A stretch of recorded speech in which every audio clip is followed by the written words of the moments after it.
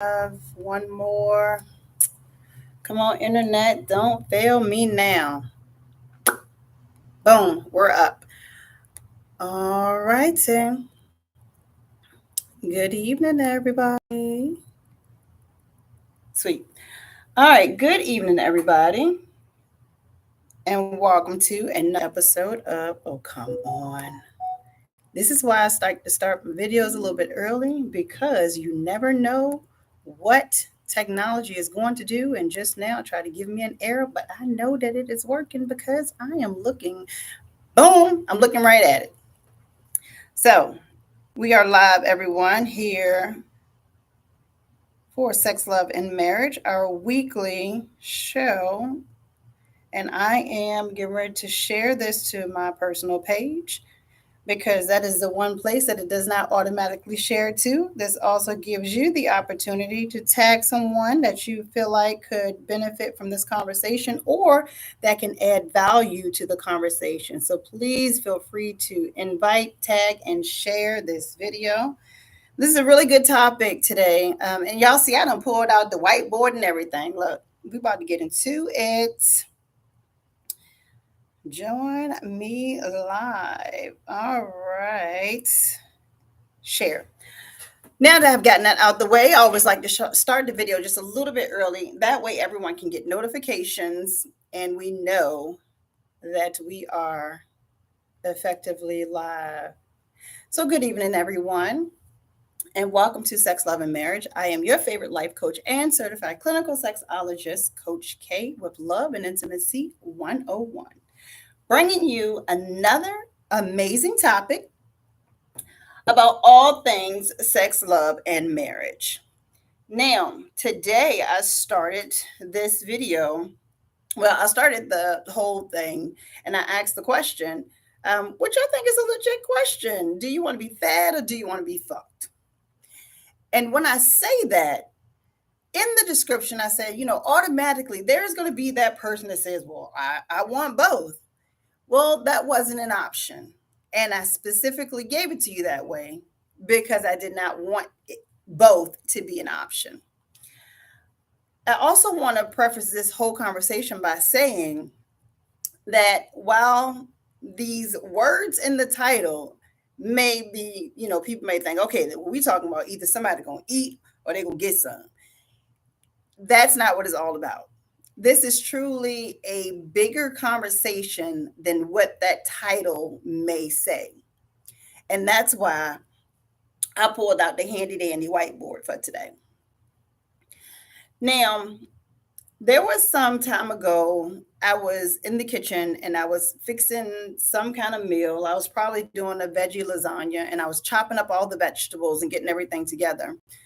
And it was probably right after I stopped working full time for a corporation and I started to work full time for myself.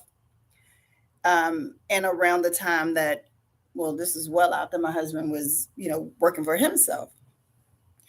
And as I'm cutting up this food and as I'm preparing this meal in the middle of the day, the children were at school. I'm sitting here thinking, like, I wasn't able to do this just a year before because I would have been at work.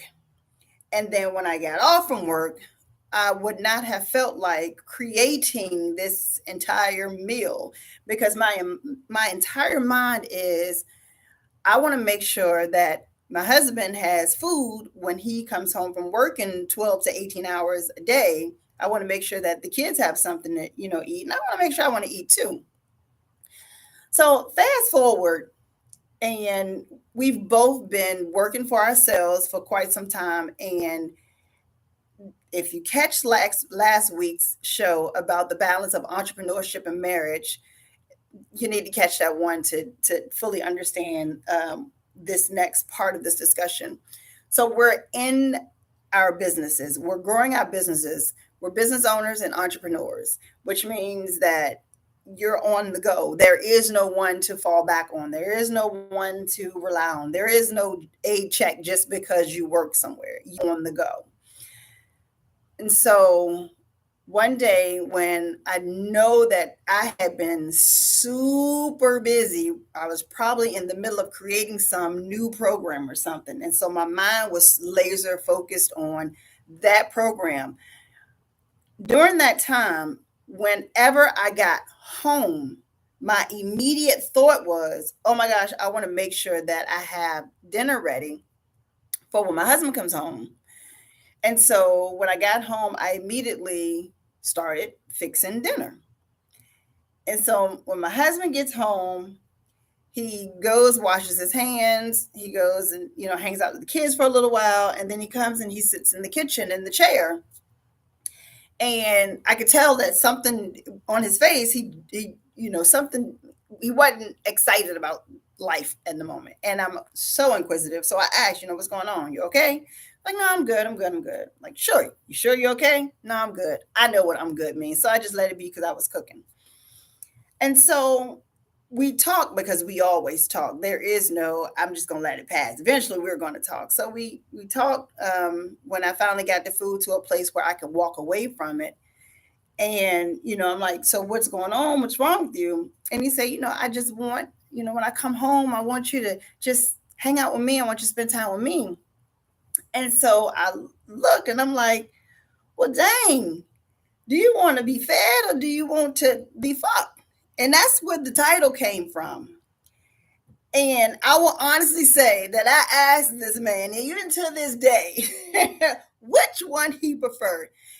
And I want you to guess which one he prefers. And even to the fact of, and I'll give you a couple moments for you to just guess, which one he'd rather have. And even to the fact of saying, well, food is not a necessity. I was like, okay, whatever. But when I really think of it in the grand scheme of things, it's so much bigger than just the aspect of physicality. It's so much bigger than how can we hurry up and get a quickie in? Because honestly, it has nothing to do with that at all. That is a part of it, but it is absolutely not the entire premise or purpose. When I think about how we have life, how life is just always ongoing. There's always a demand, a command on your time for something, be it work, be it children, be it family, be it just watching your favorite shows. There's always a command or demand for your time in so many places that when you get home, you only have a very short window of time to figure out what's the right thing to do. What's my priority? What is the thing that I know that I need to do in order to satisfy the household? Well, a really good hold on this that will keep you as stress free as possible is to first think about prioritizing what makes your life less stressed. Is it coming into the house and finishing up the laundry? Is it coming in the house and making sure dinner is done? Is it coming in and just patiently waiting, taking a shower and waiting for your partner to come in so you can give lots of hugs and kisses? No matter what it is essential that you, for yourself, figure out what it is that is going to be the biggest stress reliever for you to do when you come home and have knocked out of the way prior to everyone else coming home. Because with that biggest weight off of your shoulders, then you can allow the time and space for your partner to maybe give you what they've been holding all day that they may want to unload and converse with you about. Not necessarily just take and just dump everything on you, but they just want to just talk with you. And so I'll tell you why I have this whiteboard out. So if you're over here on YouTube, or Instagram or Facebook, you can actually see what I'm talking about. And if you're on any of my platforms, if you just search at Coach K 101, CoachKay 101, you will be able to find me in all of these places. So you can kind of see. Now, this is a really itty bitty little circle. So right here, I'm going to draw a circle around the little circle that I'm going to draw an arrow so you all can see exactly where this little circle is. And I drew this circle really tiny on purpose. When you really think about, and I think Instagram probably has the best view of this, when you really think about your relationship and your marriage, and you really think about what are the key components that will keep this marriage and relationship thriving and growing, what are those things that no matter what else is going on with the world, what are those things that are necessary for us to thrive? Hey, my boo just joined. Is that forward? What is the thing that is going to be the nutrients for this marriage to grow? And so in this little tiny circle, this itty bitty little circle that you see I'm pointing to, I have quality time, I have communication, I have intimacy, and I have sex.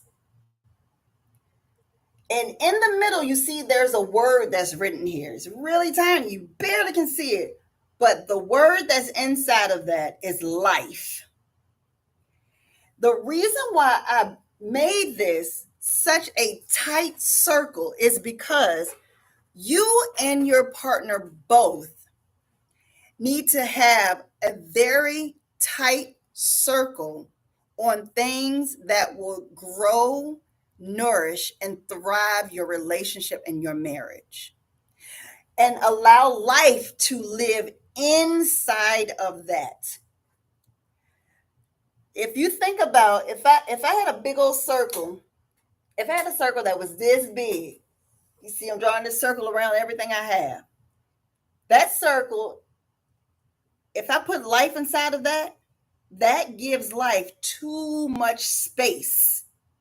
That gives life too much opportunity to impede on these four key, thriveful, nourishing components of my marriage and my relationship.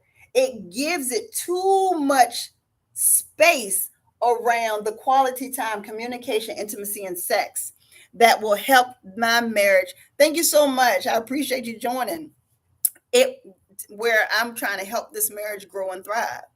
So when I put the question out there, do you want to be fed or do you want to be fucked?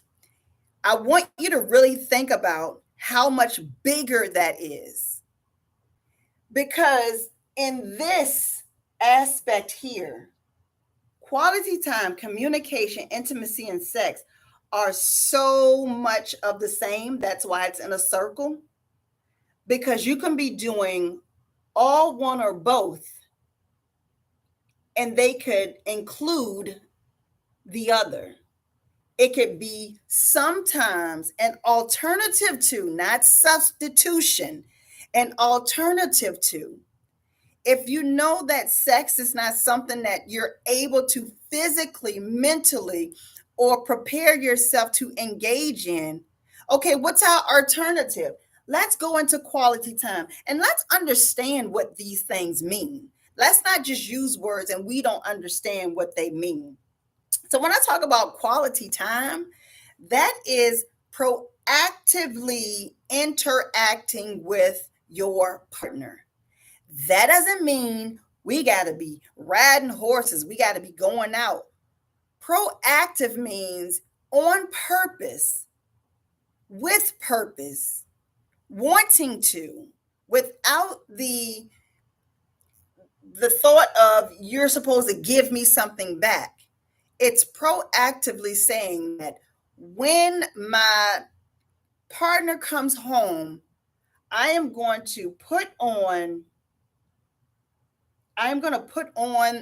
their favorite show.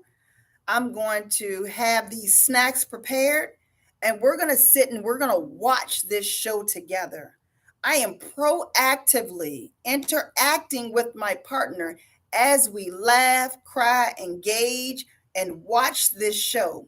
We're sharing each other's space, we're giving each other time, and we're both able to unload and relax from the day together.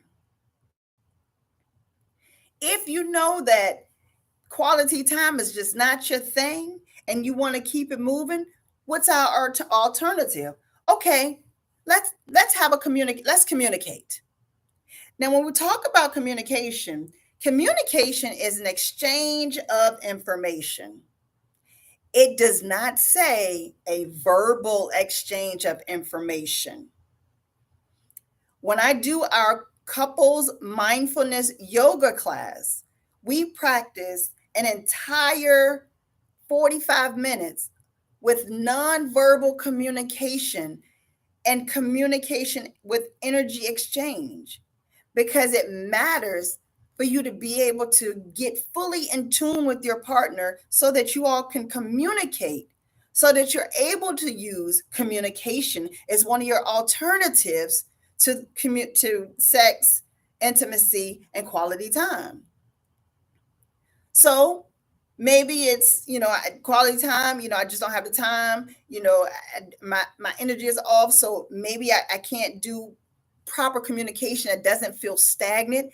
Maybe I just want some intimate time. So maybe I just go and rub my partner's feet.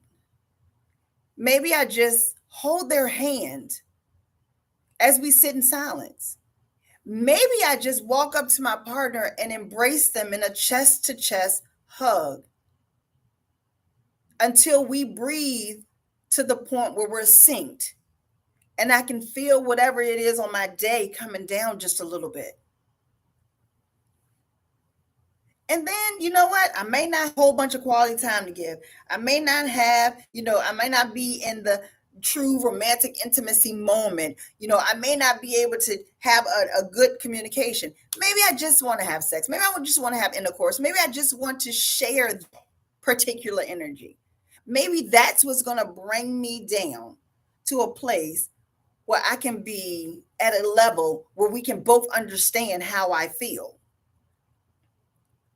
So when it really comes down to it, and I ask the question, or you ask yourself the question, and hey, I encourage you, go ask your partner this exact question. They may look at you and I was like, what do you mean? Ask them, would you rather be fed, would you rather be fucked? And see what they say. There is no right or wrong answer, but the reality is the answer that truly matters is the one that you give to yourself. What do I have the time to do that will allow me to be less stressed, so that when my partner is home or we're in each other's space, we're able to share each other in a meaningful, purposeful, growing, nurturing way?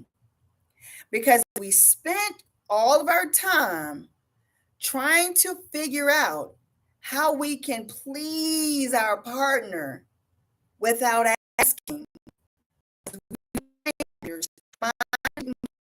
Get you in a place that you don't want. That's another day, another discussion. You don't want to be the mind reader. So do what it is that helps to take the load off of your shoulders when you come home. What helps you to get all of that stress off of you? Do that thing. And just like me and my husband communicated, so that I can understand what it is that he prefers when he's home, just to have that quality time. And just as much as we had that conversation, I was able to say to him, well, for me, having dinner cooked and ready and out of the way, it allows me to be able to give you even more of that time that I know that you want and that I want. So that was that communication. As we're holding each other doing that, that was that intimacy. As I was able to walk away when I could with the food, and we just sat on the sofa with the quality time. Now, the fourth part of the circle is none of your business.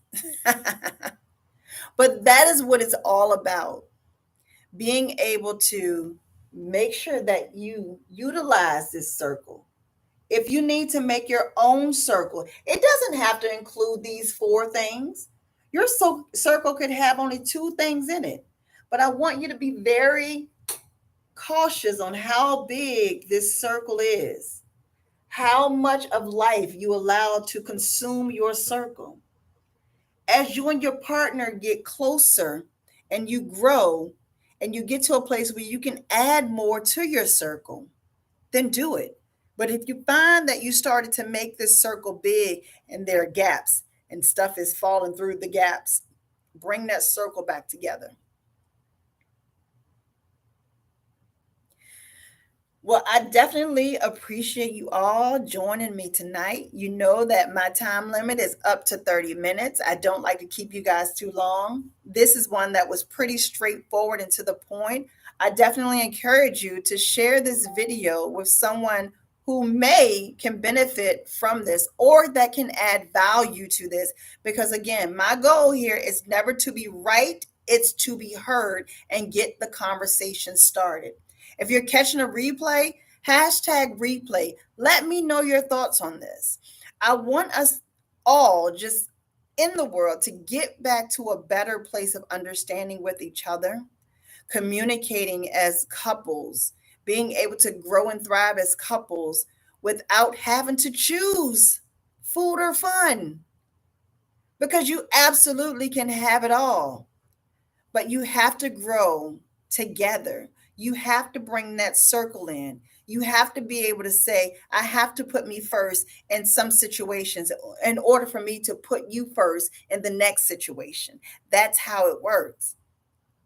And also, just a reminder, because we are here every Tuesday night at 9 p.m. Eastern Standard Time, where I will be right back here for our next topic on the 12th will be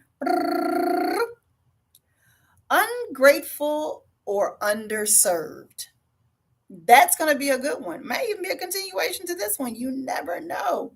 Also, just want to remind all of you, if you have not already, go to Amazon.com right now and grab your copy of The 5 Characteristics of a Stimulating Relationship.